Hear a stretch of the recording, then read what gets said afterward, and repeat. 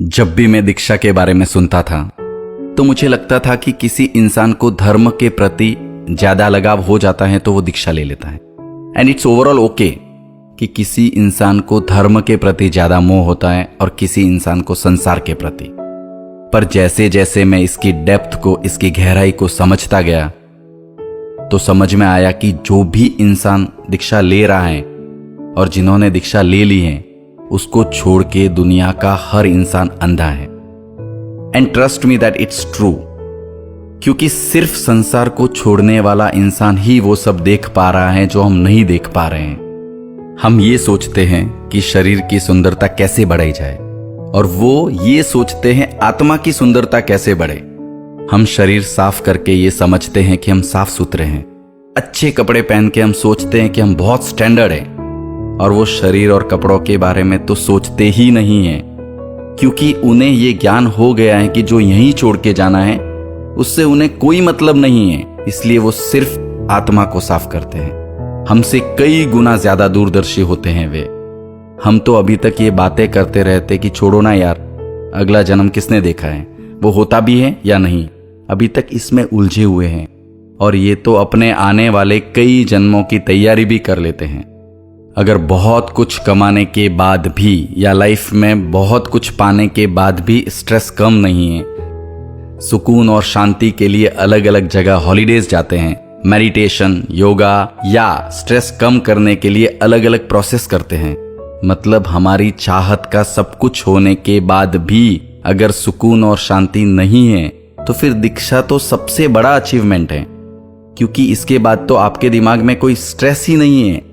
आपकी लाइफ में सिर्फ परमात्मा का नाम, सुकून और शांति है।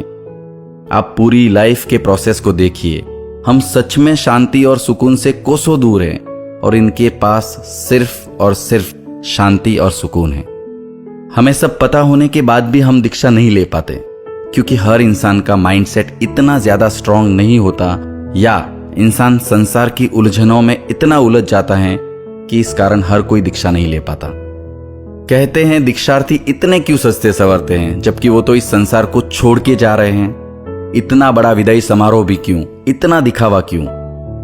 जेन्युइनली किसी भी दीक्षार्थी की कोई सजने संवरने की इच्छा नहीं होती है, ना ही कोई विदाई समारोह या कोई फंक्शन की इच्छा होती है।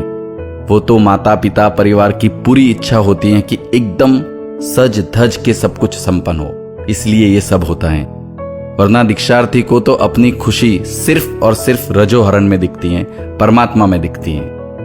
आपको पता है जब दीक्षार्थी की विदाई होती है तो माता पिता और हम सबकी आंखों में आंसू आते हैं, पर दीक्षार्थी के चेहरे पे तो अलग ही मुस्कान होती है। ऐसा क्यों?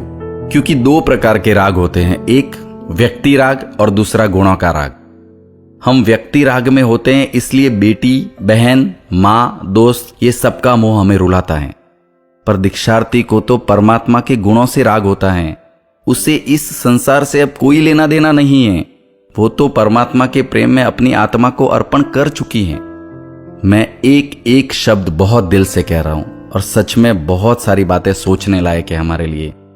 इनका विजन और इनकी सोच हमसे कई गुना ज्यादा आगे हैं। जिसकी विदाई समारोह में और जिसकी दीक्षा में आने के लिए आप कई नई साड़ियां, नई शेरवानी और नए कपड़े खरीद के आते हैं, वो इंसान अपनी विदाई में सब कुछ छोड़ने के लिए आता है। आप इस फंक्शन में आए हो और कोई आपको बोल दे, अरे ये साड़ी तो तूने लास्ट टाइम वो फंक्शन में भी पहनी थी, तो आपको अंदर से भारी इंसल्ट महसूस होती है, राइट?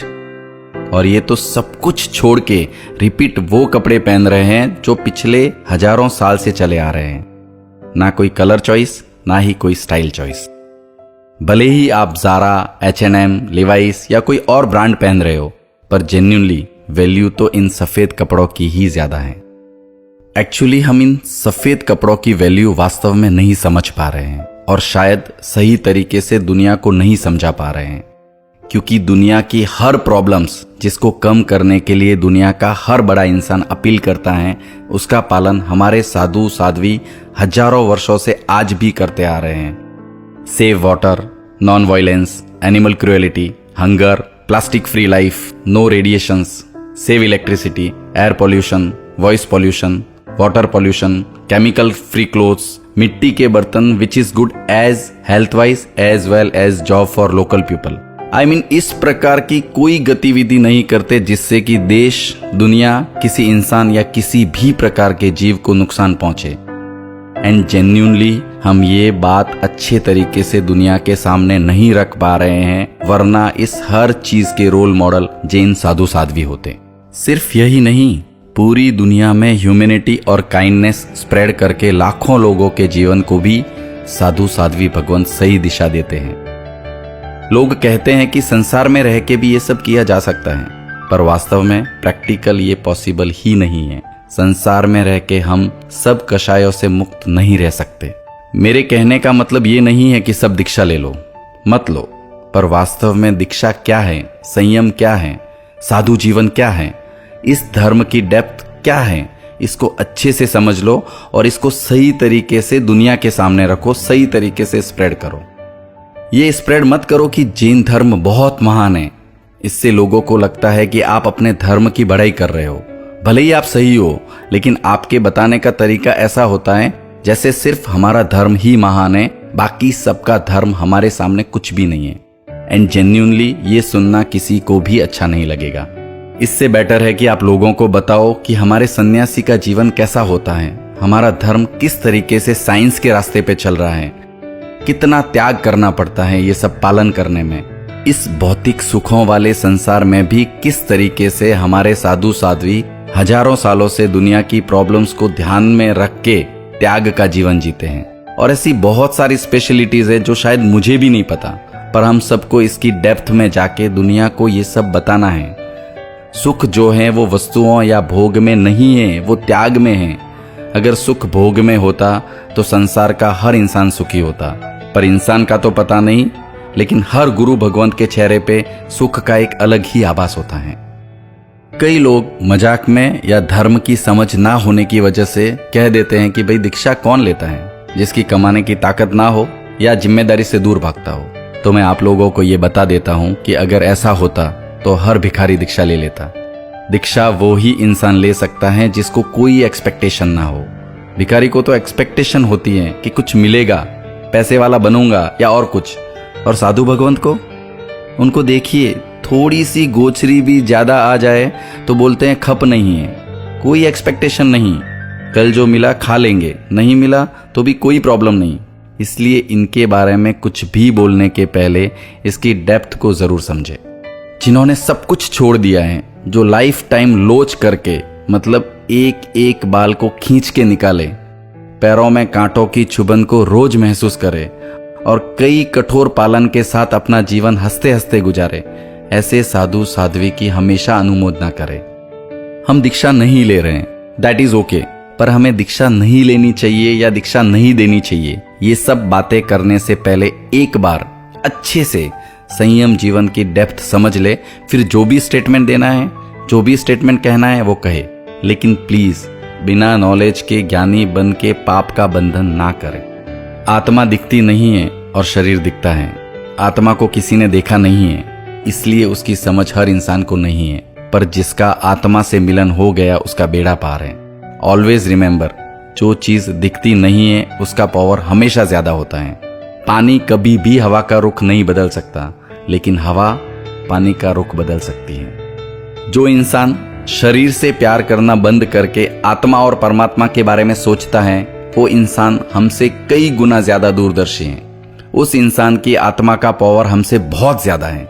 इसलिए हमेशा अपना जजमेंट पास करने के पहले सब कुछ जान लेना चाहिए। इनके विजन और इनकी सोच का आपको एग्जाम्पल दे देता हूं कि अगर आपके बिजनेस में आप कोई सौदा करो और उसमें करोड़ों रुपए आपको मिल जाए, तो आपको लगता है कि वाह मजा आ गया, क्या फायदे का सौदा हुआ है।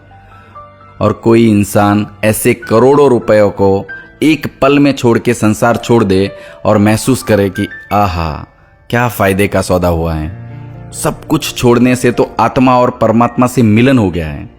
ये होती है दीक्षार्थी और साधु भगवंत की सोच। अब आप सोचो और बताओ कि किसकी सोच और किसका विजन ज्यादा स्ट्रांग है। कुछ लोग कहते हैं कि दीक्षा लेने के बाद माँ बाप का क्या। उनको ये बता देता हूं कि जहां तक मेरा नॉलेज है, पूरे देश में किसी भी दीक्षार्थी के माँ बाप दुखी नहीं है। और किसी भी दीक्षार्थी के माँ बाप अनाथ आश्रम में भी नहीं है। और पूरे समाज से कहूँगा कि कोई भी दीक्षार्थी परिवार अगर तकलीफ में है और उन्हें किसी भी प्रकार के आर्थिक या सामाजिक सहयोग की ज़रूरत है, तो ये हम सबका कर्तव्य है कि समाज की तरफ से उन्हें सहयोग और सहायता मिले, क्योंकि दीक्षार्थी के माता पिता को समाज के माता पिता का दर्जा दिया जाता है और हमारे माता पिता की हर तकलीफ का सॉल्यूशन करना यह हमारा कर्तव्य है। जब मैं दीक्षार्थी से मिला था तो मैंने पूछा था कि आपको दीक्षा का भाव कैसे आया। उन्होंने कहा कि जैसे ही परमात्मा को देखती हूँ या उनके बारे में सोचती हूँ तो मैं खो जाती हूँ। ऐसा लगता है जैसे परमात्मा ने मुझे सिलेक्ट किया है। एंड जेन्युइनली जब ये शब्द उनके मुंह से निकल रहे थे तब वो चेहरे पे खुशी, वो पॉजिटिविटी, ऐसा लग रहा था उनको देख के कि जैसे सब कुछ मिल गया हो उन्हें। तब मैंने महसूस किया कि वास्तव में ये जो देख रही है वो हम नहीं देख पा रहे हैं, और इसीलिए मैंने हम सबको अंधा कहा था। जब आप वो पल देखोगे ना कि दीक्षार्थी माता पिता और परिवार का वधामना करती हैं, वो एक एक चावल का दाना जब दीक्षार्थी के हाथ से निकल के माता पिता को स्पर्श करता है ना, आप महसूस करना ऐसा लगेगा कि मानो देवी देवता खुद आपका बहुमान कर रहे हैं। एहसास होगा आपको कि आप किसी महान इंसान के परिवार का हिस्सा हो।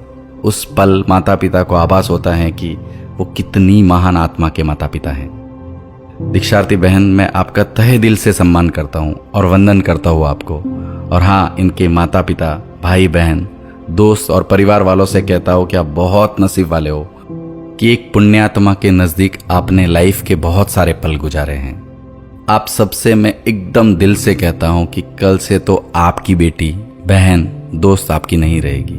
आज जी भर के गले लगा लेना, आज जी भर के प्यार कर लेना, क्योंकि ये पल वापस नहीं आएगा। कल से ये हम सबको छोड़ के संयम पथ पर विदा हो जाएगी। अब तक आपकी बेटी आपके घर की रोशनी थी, कल से तो ये जैन कुल की रोशनी बन जाएगी। दर्द होगा आपको कि आपकी बेटी, आपकी बहन, आपकी दोस्त अब आपकी नहीं है, पर हमेशा अभिमान रहेगा कि इसने उस मार्ग को अपनाया है जिस मार्ग को सिर्फ महापुरुष और महाज्ञानी लोग ही अपना सकते हैं। परम पूज्य गुरु भगवंत और साध्वी जी महाराज साहेब, जिनकी निश्रा में ये दीक्षा हो रही है, उनको सच्चे दिल से प्रणाम करता हूँ कि जिनकी वाणी में, जिनके विचारों में, जिनके त्याग में इतनी ताकत है कि जिनके प्रभाव मात्र से ही बहन ने संयम पथ पर जाने का निर्णय लिया है। गुरुदेव, मेरी तरफ से और यहाँ बैठे सभी लोगों की तरफ से आपको कोटि कोटि वंदन। और दीक्षार्थी बहन, तहे दिल से आपकी अनुमोदना। कहने को तो बहुत कुछ है, पर शब्दों की कोई सीमा नहीं होती, इसलिए मैं अपने शब्दों को विराम देता हूँ। मेरे इन शब्दों में अगर मैंने जिन आज्ञा विरुद्ध कुछ भी कहा हो या ऐसा कोई भी शब्द कहा हो जिससे किसी को भी तकलीफ पहुंची हो, तो